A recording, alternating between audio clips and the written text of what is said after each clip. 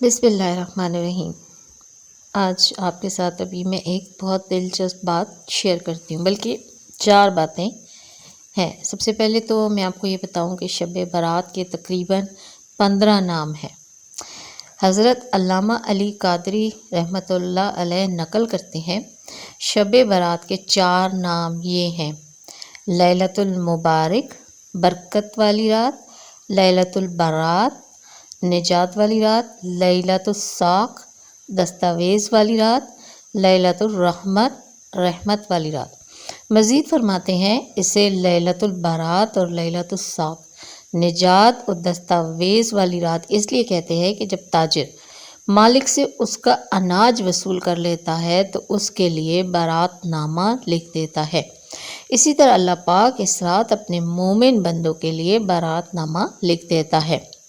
حضرت علامہ سید محمد بن علوی مالکی رحمۃ اللہ علیہ نے مزید یہ نام بھی ذکر فرمائے ہیں، جو اوپر والے 4 ناموں کو ملا کر تقریباً 15 نام بن جاتے ہیں۔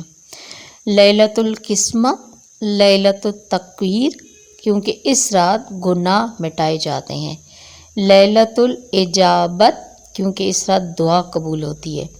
لیلۃ الحیات، لیلۃ العید الملائکہ یعنی فرشتوں کی شب عید، لیلۃ الشفاعت، لیلۃ الجائزہ، لیلۃ الرجعان، لیلۃ التعظیم، لیلۃ القدر، لیلۃ الغفران۔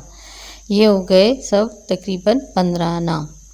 دوسری بات اس میں بڑی پیاری بات ہے کہ حضرت سیدنا امام ابو حامد محمد بن محمد غزالی لکھتے ہیں، کہا گیا ہے کہ آسمان کے فرشتوں کے لیے 2 راتیں عید اور خوشی کی ہیں، جیسے دنیا میں مسلمانوں کے لیے 2 دن عید کے ہیں۔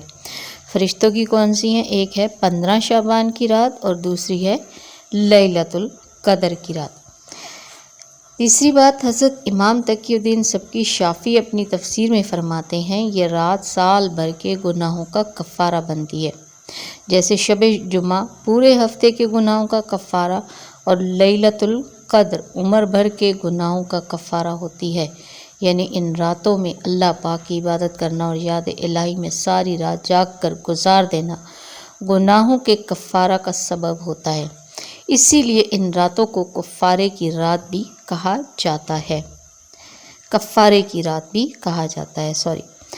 اور چوتھی بہت پیاری بات ہے، حضرت کعب الاحبار فرماتے ہیں اللہ پاک شعبان کی 15ویں رات حضرت جبرائیل علیہ السلام کو جنت کی طرف بھیجتے ہیں، وہ جنت کو آراستہ ہونے کا حکم دیتے ہیں اور فرماتے ہیں اللہ پاک تیری اس رات میں آسمانوں کے ستاروں اور دنیاوی دنوں اور راتوں، درختوں کے پتوں، پہاڑوں کے وزن اور ریت کے ذروں کے برابر لوگوں کو جہنم سے آزاد فرما دیتا ہے۔